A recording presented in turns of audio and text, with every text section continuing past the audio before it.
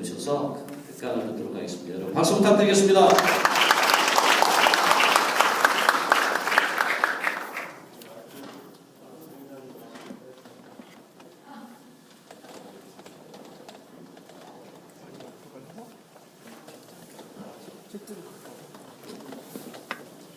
안녕하십니까.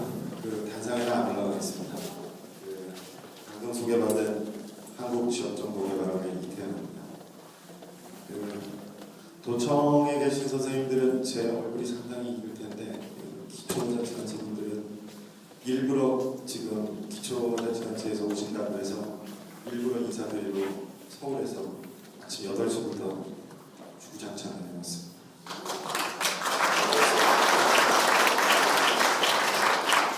제가 정부 3.0 강의를 올 대통령 당선인 있으면 당선되시면서부터요. 저희가 지역정부화 기본계획을 앞으로 정부화 기본계획을 어떻게 가져갈 것이냐에 대한 고민들을 안전행정부하고 좀 고민을 많이 했었습니다.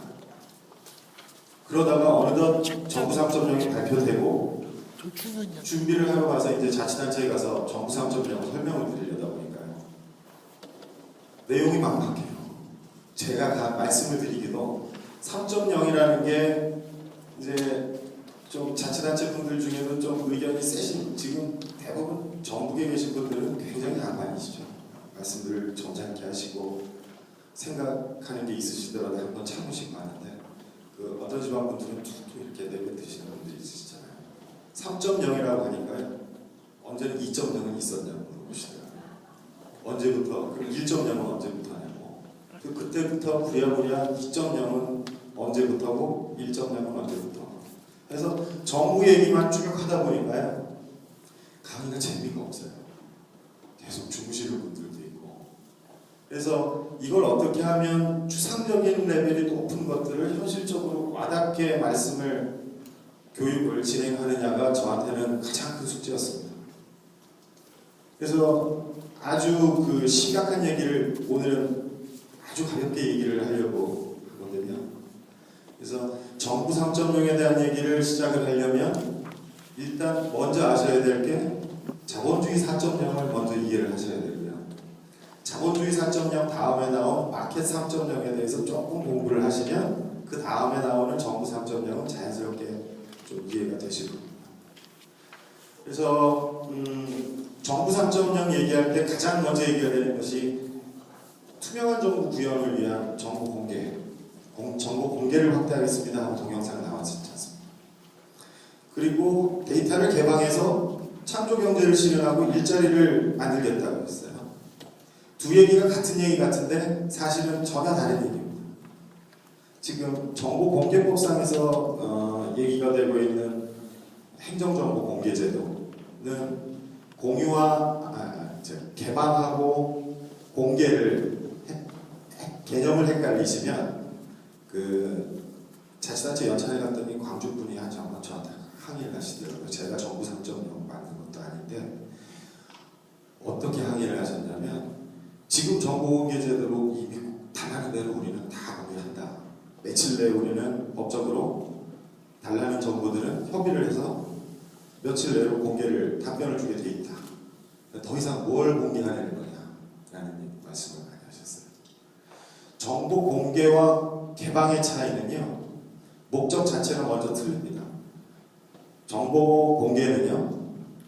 정부가 국민의 세금으로 만들어서 보유하고 생성한 정보들, 데이터들을 국민들이 돈벌이 수단으로 활용할 수 있도록 제공을 한다는 뜻이고요.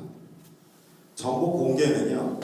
예를 들어 이제 자치단체에서 자문회의를 한다든지 어떤 이런 연찬회를 개최한다든지 하면 관련된 서류 문서들이 결제 라인을 타고 개선 조직으로 쭉 올라가죠. 결제가 되면 데이터 개방, 정보 공개와 같은 경우는 최종 결제권자가 결제를 하는 순간 데이터가 모이는 곳으로 가서 바로 시민들이 확인할 수 있도록 공개가 되는 형태로 그런 자동화된 공개의 형태로 이어지는 것을 말하고 그거는 투명한 정보를 구현하기 위한 이념입니다. 지금 우리가 3.0에서 중점적으로 논의하고 있는 데이터 개방은요, 정부가 계속 데이터들을 쌓아놓지 말고 그것들을 국민에게 개방해서 민간의 창의력을 활용해서 일자리도 창출하고 그것들의 시너지 효과를 가지고 창조 경제를 만들어 보자 라는 내용입니다. 그래서 개방과 공개는 전혀 다른 개념이라는 것을 먼저 이해를 해주셨으면 좋겠고요. 순서입니다. 그래서 제가 부드럽게 한다고 해놓고 목차 보시면 벌써 내용 마음이 무겁습니다. 그래서 정책 환경의 이해 쪽에 가시면 약간의 세계 경제에 대한 이해를 조금 더 하시고 그 다음에 마켓 3.0과 정부를 둘러싸고 있는 시장 경제 상황 그 안에서 움직이는 정부의 정책들을 한번 비교를 해서 보시고 나면 조금 더 이해가 쉬우실 거라고 생각합니다. 그 다음에 화두가 되고 있는 오픈 데이터 개방에 관한 문제, 또 빅데이터는 이건 무슨 이념도 아니고 이건 수단인데 빅데이터가 너무 부각이 많이 돼서 빅데이터 자체가 우리가 구현하고자 하는 목표는 아닙니다. 빅데이터를 활용해서 우리가 선제적이고 과학적인 행정을 구현하겠다는 것이지 수단에 불과한 건데 빅데이터가 정부 3.0 들어와서 굉장히 각광받는 단어가 됐어요. 그래서 빅데이터도 한번 다뤄보겠습니다. 마지막으로 계속 이런 개념적인 얘기들만 해드리면 나중에 다 잊어버리세요. 그래서 자치단체의 사례, 다른 자치단체에서는 어떻게 빅데이터와 데이터 개방을 위해서 어떻게 노력을 하고 있는지 이런 내용들을 가지고 준비를 해보도록 하겠습니다. 정책 환경에 대한 이해는 지금 아까 동영상으로 보셨던 정부 3.0의 내용이고요. 또 강조가 되는 것이 또 공유와 협력, 소통 뭐 이런 얘기들이 많이 회자가 되고 있습니다. 정부 3.0을 구현하는데 정보화를 가지고 할 수 있는 일들이 전부 다인 것처럼 얘기가 되는데 사실 부담스럽죠. 정보화하는 입장에서는. 정부 3.0이 정보화만으로 됩니까? 모르게는 한 반절 정도는 정보화를 매개로 활성화는 될 수 있겠지만 공유와 협업 시스템 만들어 놓는다고 협업이 잘 되나요? 그거는 시스템의 문제가 아니라 이 문화의 문제이자 어떤 의식의 문제이기도 한 것 같습니다. 그래서 이런 지금 글씨 많은 거는 과감하게 생략을 하고요. 일단 정부 3.0과 자본주의 4.0 자본주의 4.0이라는 거는 제가 맨 처음에 정부 3.0이 제가 책장사로 나온 건 아닙니다. 자본주의 4.0이라는 이 책이 월스트리트 월가에 있는 평론가 아나톨 톨렌스키라는 사람이 학자는 아니고요. 여기서 자본주의 4.0이라는 말을 처음 썼습니다. 무슨 내용이냐면 자본주의 우리 고등학교 때까지 사회 시간에 배우신 거 있잖아요. 맨 처음 19세기 초부터 1930년 대공황이 있기 전까지는 고전경제주의, 자유방임주의였어요. 세계 경제 흐름이 1930년대에 대공황을 맞기 시작하면서부터 케인지안들이라는 경제학파들이 나타나서 수정자본주의를 어떤 보이지 않는 손에 의해서 움직이던 시장의 가격 기제들이 이제 독점이나 과정들로 인해서 어떤 불공정 경쟁이 초래가 되니까 대공황을 맞게 되고 어떤 경제 위기, 오일 쇼크 이런 일련의 사건들이 있었습니다.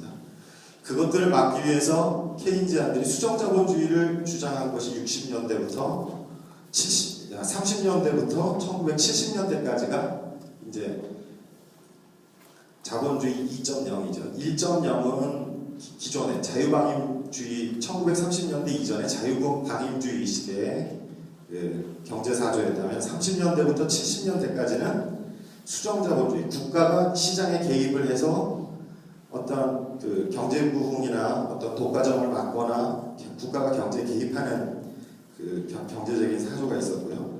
70년대 후반부터 2009년까지가 요즘 우리가 익숙해져 있는 신자유주의, FTA 체결이나 또 우리나라에서도 어떤 일이 있었냐면 공기업들 공공기업들 구조조정하고 없애고 성과 낮은 공공기관들 퇴출시키고 하는 작업들이 있었잖아요. 그 시대가 2009년까지고 신자유주의에 의한 자본주의 3.0 시대라고 개념을 매깁니다. 근데 2010년 이후에 2010년에 이 책이 나왔는데요. 2010년을 기점으로 보면 이제 적응적 자본주의라고 해서요. 이제 적응적 자본주의를 설명을 드리려면 말씀이 어려우니까 일단 마켓 4.0 마켓의 개념을 들어가 보시면 조금 이해가 쉬우실 텐데 자본주의에 대한 이런 변화들을 왜 설명을 드리냐면 재미없으실지 모르겠지만 공산주의와 자본주의의 대립에서부터 시작이 됩니다. 칼 막스가 이론적으로 부족한 자본주의를 비판하면서 논리적으로 깔끔하고 아주 한 사람이 수십 년 동안 공들여서 논리적인 체계를 세워놓은 게 막시즘이었어요. 겉으로 보기에는 한 사람이 일목요연하게 정리한 거기 때문에 빈틈없고 논리적인 이론이 분명했습니다. 거기에 비해서 자본주의는 항상 모순이고 이론적으로 분명치가 않고 곧 무너질 것 같았던 자본주의가 그때그때 위기를 맞을 때마다 1.0, 2.0, 3.0을 거치면서 옷을 갈아입으면서 사회에 적응을 했다는 거죠. 그런데 제가 전공이 행정학 쪽에서 공산주의를 비판할 때 어떤 내용을 가지고 공산주의가 실패한 이유를 뭘 갖고 얘기를 하나요? 중요한 변수. 예를 들어서 칼 막스가 주장하는 유물론은 토지, 노동, 자본이 인류를 이끌어가는 3대 요소였었는데 공산주의가 망한 거는 인간의 역사를 논하는데 인간이라는 요소를 배제하고 토지와 노동과 자본 세 가지만 고려했기 때문에 모순이다라는 지적을 했습니다. 반면에 그렇게 견고하지 못한 자본주의는 끝까지 지금까지 말씀드렸던 것처럼 19세기 초부터 2000년대 초반까지 계속 변화를 맞아왔고요. 거기에 대한 것들을 지금 정부 3.0하고 연결을 시켜서 설명을 해드리려고 합니다. 1990년도면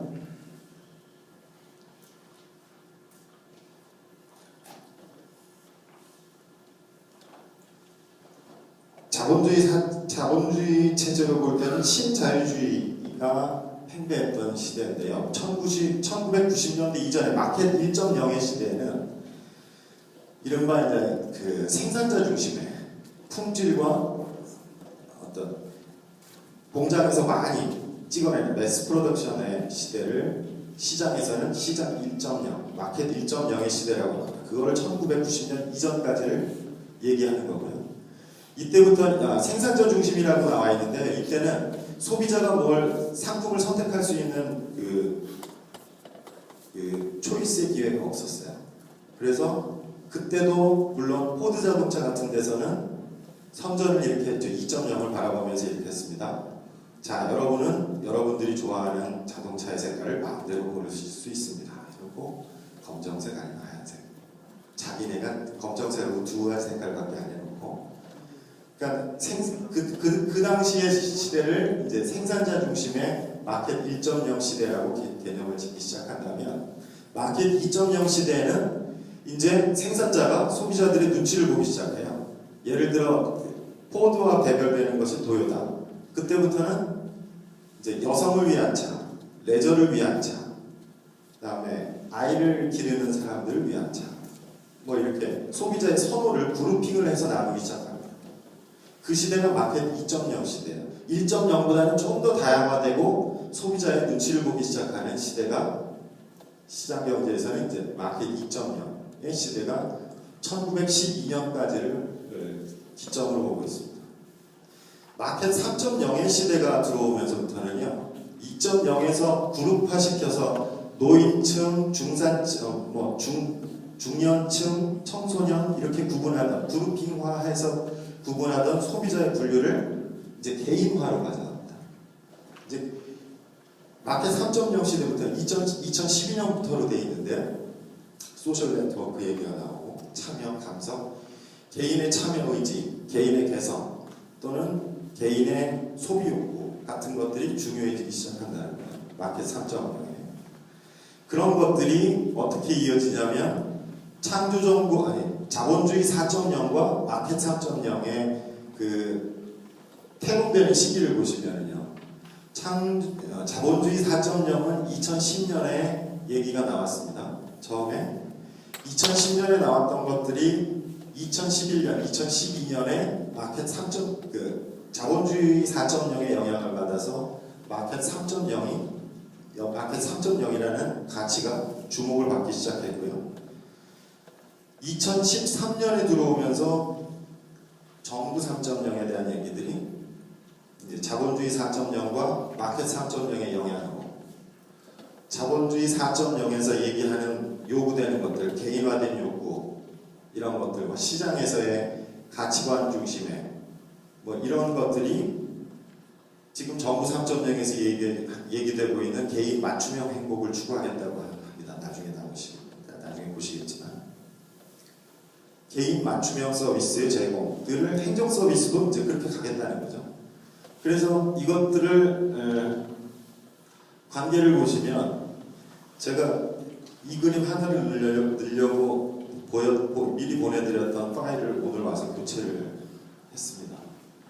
정부 3.0이 자본주의 4.0이 2010년, 마켓 3.0이 2012년, 그 다음에 정부 3.0이 2013년 들어서 주목받고 있는 이 연대기적인 흐름을 판단을 하시면 정부 3.0이 어떤 영향을 받아서 나왔겠구나 하는 것들을 조금 더 이 주변 환경을 조금 이해하시면 정부 3.0이 툭 튀어나온 것이 아니라 결국 물론 정부 1.0과 2.0은 3.0이 나온 다음에 설명을 하기 위해서 1.0과 2.0의 시대를 구분을 한 거고요.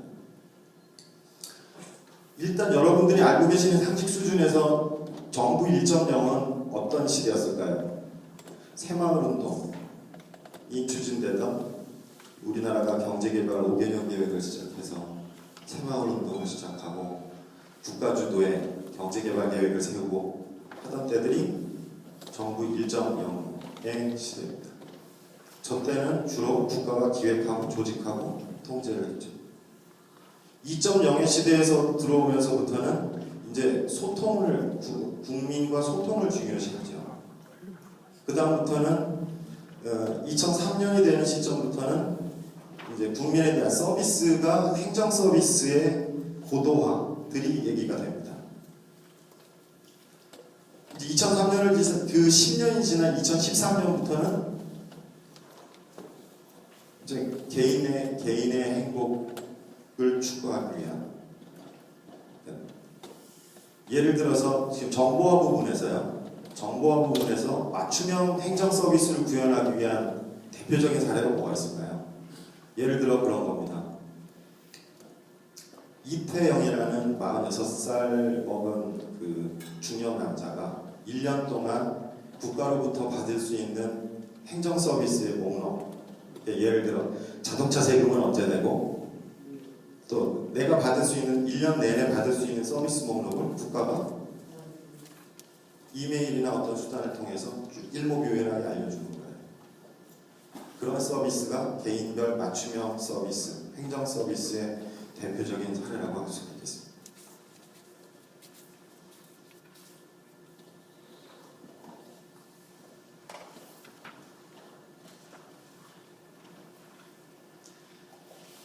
그래서 3.0에 나온 이제 개념적인 논의들을 보시면요, 스마트 정부 또는 정부 3.0은 객관적인 정의가 주어져 있는 것은 아닙니다. 그래서 다양한 시각이 존재할 수 있고요.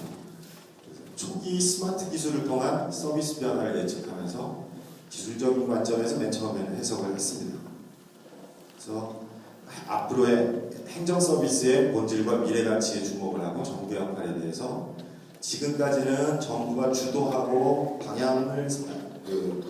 방향을 설정해주는 역할을 했지만 정부 3.0 시대에는 정부와 공무원이 할 수 있는 것은 조력자의 역할, 어떤 그 장을 제공해주는 역할을 하는 것이지 이끌고 가는 시대는 이제 지났다는 내용들이 이제 그 줄을 잇게 됩니다. 그래서 정보화의 관점에서 보면 정부 1.0 시대에는 행정정보화, 그러니까 오피스 오토메이션이죠. OA에 그 치중했던 시기, 서류로 되어 있던 그 행정문서들을 전산화하는 작업들을 했던 게 정부 1.0 시대의 정보화의 모습이었다면 정부 2.0 시대에는 그룹핑한 대국민 서비스, 그룹핑된 대국민 서비스가 이제 보편적인 서비스죠. 자, 우리가 제공하는 건 주민등록 서비스는 민원24에 가면 언제든지 받을 수 있습니다. 뭐 이런 거요. 근데 정보화를 추진하시면서 그런 거 고민해 보신 적 있으세요?